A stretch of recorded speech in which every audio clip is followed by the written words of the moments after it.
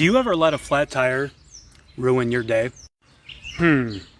Well, here's the deal. Your fat loss journey can be just like that flat tire back there. One setback and boom, you're ready to slash all your fucking progress.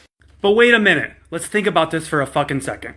What if I told you that slashing your tires won't get you anywhere? It's time to break free from that all or nothing mindset. Life isn't fucking black and white, and sometimes setbacks just happen. You may stumble, you may fall, but that doesn't mean you just throw in the towel and give up on your fucking goals.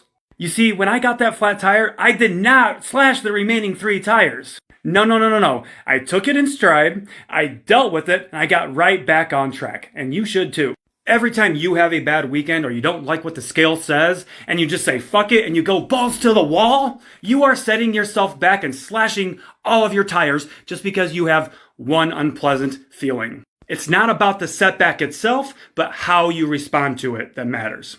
So let's shift fucking gears, and when life gives you a flat tire, fix the fucking thing and move on. If you're sick and fucking tired of slashing your tires every time you have a setback in your life, give me a follow. We can make some magic happen together.